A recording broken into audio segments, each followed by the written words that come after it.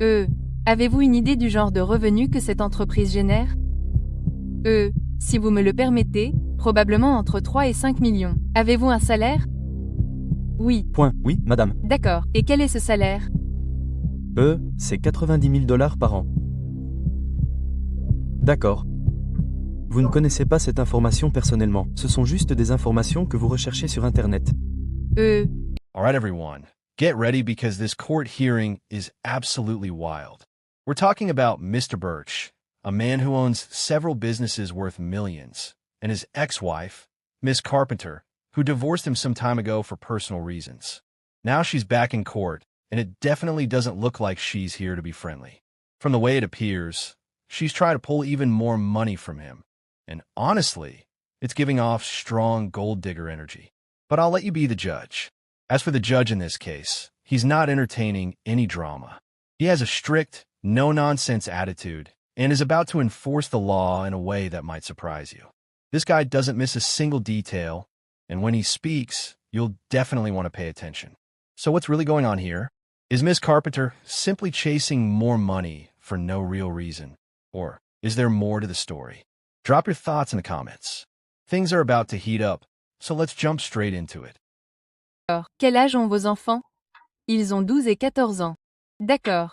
Et l'ordonnance actuelle dans votre affaire de 2017 fixe la pension alimentaire à 1925 $. Est-ce exact? Oui, d'accord. Et Monsieur Birch a également été condamné à souscrire une assurance maladie pour les enfants dans cette ordonnance. Oui, c'est ce que j'ai demandé, et cela a été résolu, je suppose, et ne fait pas partie de tout ça. C'était ma priorité. Oui, nous allons aborder cela ici dans une seconde. Comment les enfants sont-ils actuellement couverts par l'assurance maladie? Sous Joshua. D'accord. Par l'intermédiaire de son employeur. Il possède sa propre entreprise. D'accord. A-t-il également une assurance dentaire pour les enfants? Non, il n'en a pas. D'accord. Avez-vous une assurance dentaire disponible pour eux? Je vais le faire. L'assurance dentaire a été récemment annulée du côté de Joshua. D'accord. Avez-vous une assurance dentaire disponible par le biais de votre travail? Oui, je l'ai. Et les soins de santé? Combien coûte l'assurance dentaire? Oh, mon Dieu. J'ai fourni les informations la dernière fois, mais elles sont très minimes. Avez-vous nos notes de la dernière fois? Je n'ai rien apporté avec moi. Le projet d'ordonnance indiquait que l'assurance dentaire coûtait 30 $ et 33 cents par mois. Est-ce exact? C'est probablement exact. Était-ce pour les 2 enfants seulement? Non, c'est pour la famille. D'accord. Combien de personnes sont inclus? Juste moi et les 2 filles. D'accord. Donc, 3. Oui. D'accord. Savez-vous où travaille Monsieur Birch? Il travaille à East Texas Truck Center. D'accord.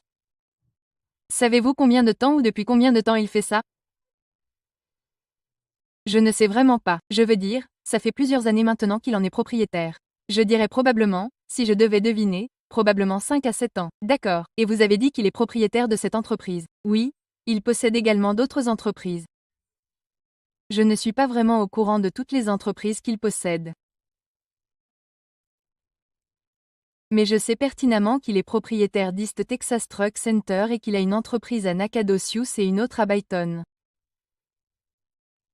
D'accord. Est-ce que East Texas Truck Center, est sa principale source de revenus? Oui, d'accord. Et vous avez déclaré qu'il était le propriétaire de cette entreprise? Oui, c'est exact. Avez-vous une idée du type de revenus générés par cette entreprise? Si vous me le permettez, j'aurais estimé entre 3 et 5 millions. J'ai envoyé mon dossier et je ne sais pas si vous l'avez reçu hier. Je suis allé en ligne et j'ai regardé les districts d'évaluation pour connaître la valeur de ces biens. Avez-vous reçu ces informations? Je les ai reçues. D'accord. Donc, en ce qui concerne la valeur de ces biens, comme je l'ai dit, je ne peux pas vous dire quels sont ces revenus, car il s'agit d'une SARL et les documents ou les informations financières ne sont pas disponibles. Mais je dirais qu'en ce qui concerne les biens détenus à Byton, selon le district d'évaluation, ils s'élèvent à 1,1 million. À Nacogdoches. Il possède 5 propriétés, dont 3 viennent d'être acquises le 15 décembre 2021. Mademoiselle Carpenter, arrêtez. Mademoiselle Simone, j'ai besoin que vous posiez des questions. Oui, monsieur. Merci. Excusez-moi.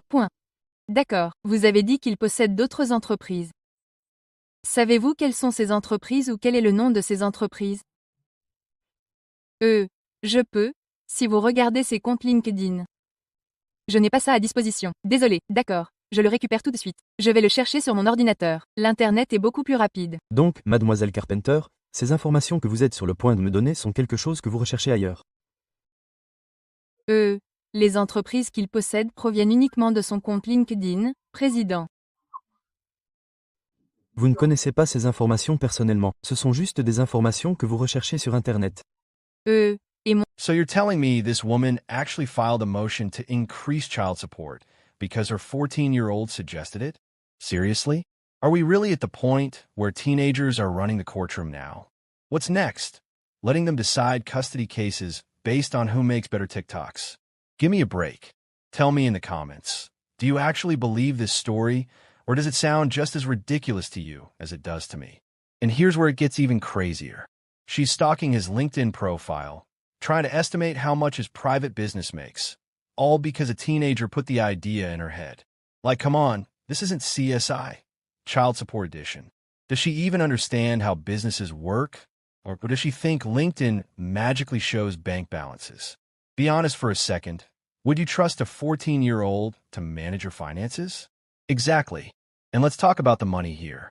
$1,900 a month for 2 kids is not a small amount. So what is she actually spending it on? Gold-plated Lunchables? Does she just not want to work? Or is she hoping for a free ride? I want to know what you think. Drop your opinion in the comments. Is this reasonable? Or is she simply being greedy? D'accord, passez à autre chose, mademoiselle Simone. Je vais passer la parole au témoin. D'accord, ouais, voyons si vous pouvez trouver quelqu'un qui a une connaissance directe de ce que vous essayez de faire ici. Oui, monsieur. Je vais appeler Monsieur Birch. Monsieur Birch, pourriez-vous décliner votre nom complet pour le tribunal, s'il vous plaît? Joshua Paul Birch. D'accord. Et vous êtes le père d'Aubrey et Adeline Birch. C'est exact. D'accord. Et couvrez-vous actuellement les enfants avec votre assurance maladie? Oui, madame, je le fais. D'accord. Et pouvez-vous me donner le coût de cela?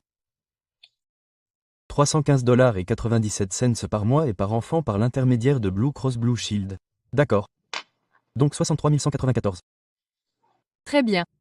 Et où travaillez-vous actuellement? East Texas Truck Center. D'accord. Et êtes-vous propriétaire de cette entreprise? Je suis un actionnaire minoritaire de cette entreprise. D'accord. Êtes-vous rémunéré? Oui. Point. Oui, madame. D'accord. Et quel est ce salaire? C'est $90,000 par an. $90,000 par an. D'accord.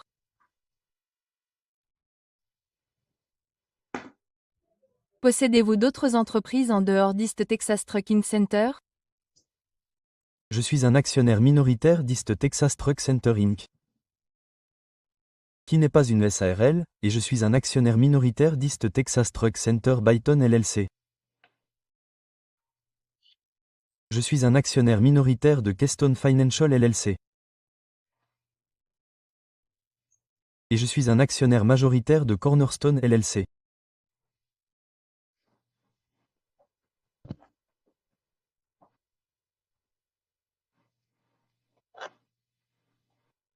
Recevez-vous d'autres types de revenus d'East Texas Truck Center?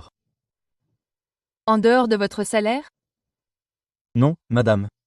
Sauf s'il y a un dividende versé, mais nous n'en avons pas versé. D'accord. Tirez-vous des revenus de Keystone Financial? Non madame, il n'y a pas non plus de salaire ni de dividende versé de cette manière. C'est une start-up. Et tirez-vous des revenus de Cornerstone Financial? Non madame, pareil. Elle a également été créée l'année dernière. D'accord. Et avez-vous dit Keystone? Quand a-t-elle été créée? Keystone a en fait été créée en 2000. Je pensais que vous aviez dit Keystone la première fois. Je me suis dit. Oui, c'est vrai, je suis désolé. Keystone a été créée en 2018. D'accord. Je suis également une minorité là-bas. Et vous n'avez reçu aucun revenu de Keystone pour l'État? Non, The judge is just about ready to make his ruling. And now the real question is whether it's going to land on Mr. Birch or if he's about to shut down Ms. Carpenter's request to increase child support. The tension in the room is intense, and you can feel the drama building up. Just take a look at the judge's expression. That slight smile says a lot. You can tell he's moments away from delivering a decision that people are going to be talking about. Is it just me, Or does it look like he's about to hand out some serious courtroom justice with a bit of attitude? So what do you think? Will he side with Mr. Birch and call out what looks like a money grab? Or is he about to surprise everyone? Drop your predictions in the comments, because things are about to get interesting. Let's hear what the judge has to say. Ok, votre requête est rejetée. Monsieur Birch, Mademoiselle Carpenter, je viens de rejeter la requête de l'État visant à ajuster la pension alimentaire dans cette affaire. Ils doivent présenter des preuves pour me montrer qu'il y a eu un changement dans les revenus et je n'ai rien entendu qui me porte à croire qu'il y a eu un changement. Donc l'État ne s'acquitte pas de sa charge, la requête est donc rejetée. Si une partie est satisfaite, non, c'est bon, je n'ai pas besoin d'entendre quoi que ce soit. Si. Je ne veux pas rejeter, monsieur, la nouvelle ordonnance ou l'ancienne ordonnance. Je rejette l'État. Il n'y a pas de nouvelle ordonnance, monsieur Birch. Oui, monsieur. Vous et mademoiselle Carpenter dans l'État n'avez pas réussi à vous mettre d'accord. Et donc, une action en justice a été déposée devant moi pour voir si la pension alimentaire pour enfants doit être ajustée. Les lois de cet État sont très simples. L'État ou quiconque me demande d'ajuster la pension alimentaire pour enfants doit prouver quel était votre ancien revenu, d'où il provenait et les circonstances qui l'ont motivé, puis le comparer aux nouvelles informations dont vous disposez. Et je trouve que l'État a complètement et totalement échoué à le faire. Ils ne m'ont rien prouvé. Ils ont rejeté des éléments, mais rien qui ait une base concrète ou significative. Et par conséquent, je rejette la requête parce qu'ils n'ont pas satisfait à leur charge de la preuve. Ils ne m'ont pas prouvé qu'il y a eu un quelconque changement. Donc, toute partie a le droit de faire appel de ma décision. Votre appel doit être déposé auprès du bureau du greffier du district du comté d'Orange. Il doit être déposé dans les 3 prochains jours ouvrables. Et vous devez vous assurer de préciser dans votre appel quelle partie de ma décision vous désapprouvez. Et vous êtes également responsable de vous assurer qu'une copie de cet appel écrit est « Laissez-moi ». Terminé, monsieur Birch. Et vous êtes également responsable d'envoyer une copie de cet appel écrit à toutes les autres parties non appelantes. Très bien. Maintenant, monsieur Birch, qu'alliez-vous dire? Si ces frais médicaux sont manifestement moins chers que ce que je fournis à $631 par enfant et qu'elle est à $291 par enfant, y a-t-il un moyen pour que, au lieu de payer à Blue Cross Blue Shield les $631, je puisse lui payer les $291 pour les frais médicaux? Si vous pouvez vous asseoir avec le bureau du procureur général et trouver un autre accord, vous avez ma permission de le faire, mais je rejette cette motion. Vous devrez donc tout recommencer à zéro en ce qui concerne cette question. D'accord. Oui, monsieur. Oui, monsieur. Quelque chose? Et c'est une très bonne question, monsieur Birch, et j'espère que vous et mademoiselle Carpenter pourrez vous asseoir et régler cela pour nous assurer que nous avons une bonne assurance médicale et que c'est bon pour vous deux. Donc, c'est bon pour vous financièrement ainsi que pour votre situation concernant les 2 enfants. D'accord. Oui, mademoiselle Carpenter, avez-vous des questions? Non, je veux dire, la priorité était médicale. C'était mon point principal. That was honestly incredibly satisfying to watch. Seeing the judge shut down this blatant attempt to grab a man's hard-earned money was absolutely priceless. You could tell the judge saw straight through the act and wasn't afraid to call it exactly what it was, a simple money grab. The confidence and clarity with which the decision was delivered made it clear that the truth had been obvious from start. Now let's talk about child support for a moment, because this is where the system often feels completely broken, especially for men. Time and time again, it seems like men work hard, build a stable life for themselves, and then suddenly find themselves fighting to protect what they've earned. In many cases, it feels less about fairness and more about entitlement, as if having children together automatically gives someone unlimited access to another person's income. What makes it even more troubling is how child support is sometimes used as a weapon instead of being focused on the children's actual needs.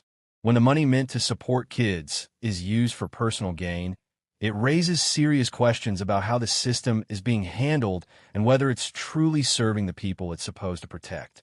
So what do you think? Is the system fair, or are men being unfairly targeted and taken advantage of? I'd really like to hear your thoughts, so drop a comment below. Thanks so much for watching. Don't forget to like and subscribe for more content. Take care, and I'll see you in the next one.